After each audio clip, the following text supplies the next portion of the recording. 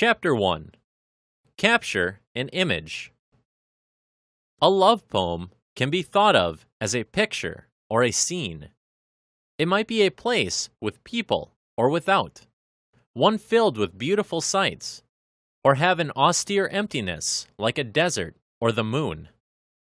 To some, it might be a place of mystery. When we create an image for the reader, they can focus on that scene and build to the next. The poem then carries the reader's thoughts from image to image. For most readers, the first sentence or phrase will determine if and how far they read or begin to fade away into other thoughts. If they are not able to capture an image, they mentally tend to drift.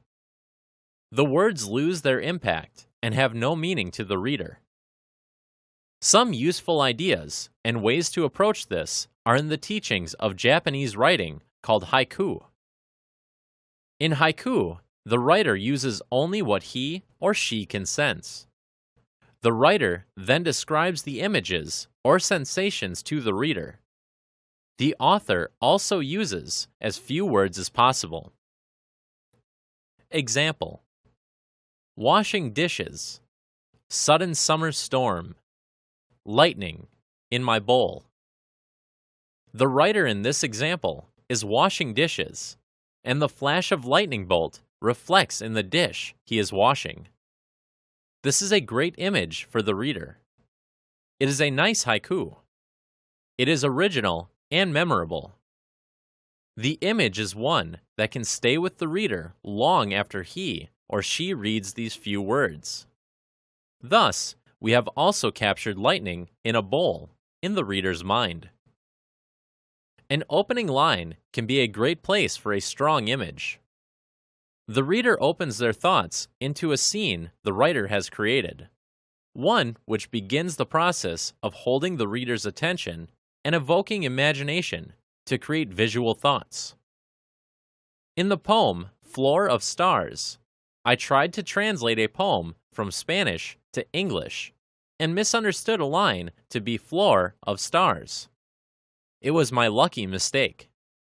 The line gives the reader a strong and immediate idea of an image of someone dancing on stars. What if the writer wrote this in a casual and offhand way, and the writer was writing about wildly impossible feats of dancing across space and time? The idea of incredible acts stuck in my thoughts, even though they seemed to be casually done, as if the most ordinary of things.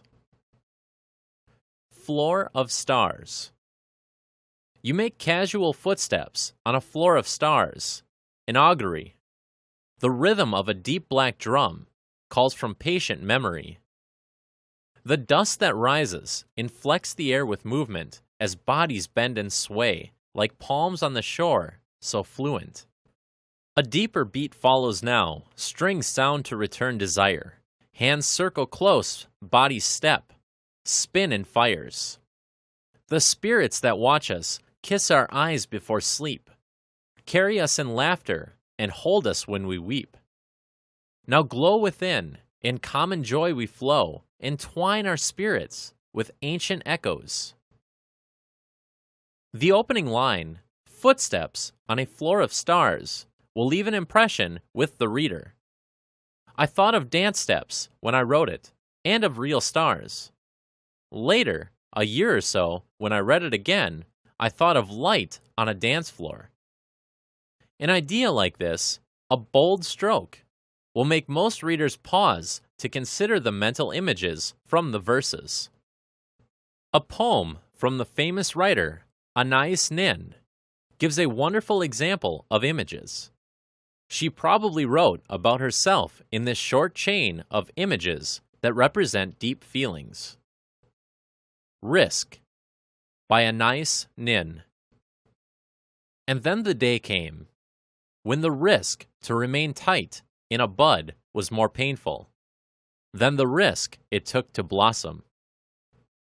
This is a short piece, but filled with images. There is a bud wrapped tight on itself. It hurts to be bound so closely. Yet, there is pain in the unfolded blossom. It shows that there is risk even in what some consider being in a state of safety. The pain of uncertainty is contrasted with the known sense of discomfort or keeping a status quo. A time, a place, a symbol. A sunrise or a morning sky can become a place to join the day, to a deep feeling for a special person. Dawn is a symbolic time of day because it represents a spiritual sense of a new beginning. It could remind us that each day has magnificent possibilities, a chance for excellence, and an opportunity to exceed every expectation. In the poem 7:15, there is a romantic realization while gazing into the morning sky, and an association of a deep feeling about the self-transposed feelings for another. 7:15. Across sky, time gives birth to day. A flow of morning light and cloud. Strands and filaments, roses into violets. On breath brushed of wind. A movement simply felt from eyes to dry lips. I am humbled by beauty. My thoughts float to you, a moment in your eyes. A soft word in the air between us. And I am there on a city street, dry lips, and so humble. The beauty of the morning humbles the writer. It's full of magnificent colors and shades in the dawn light. It is a moment that many around him might easily ignore with going places, driving cars, busy being preoccupied, or perhaps just habitually inattentive. The feeling of the moment brings a memory of a time with someone special. The writer then compares the woman to the rare beauty of his morning sky. Comparing a person to something beautiful in nature is a time-honored tradition of poetry and song. As in England in the 16th century, poems were songs. This is not an original thought. Shakespearean sonnets exemplify this form. Sonnet 18 by William Shakespeare. Shall I compare thee to a summer's day? Thou art more lovely and more temperate. Rough winds do shake the darling buds of May, and summer's lease hath all too short a date. Sometime too hot the eye of heaven shines, and often in his gold complexion dimmed. And every fair from fair sometime declines, by chance or nature's changing course untrimmed. But thy eternal summer shall not fade, nor lose possession of that fair thou owest. Nor shall dearth brag thou wonderest in his shade, when in eternal lines to time thou growest. So long as men can breathe or eyes can see, so long lives this, and this gives life to thee.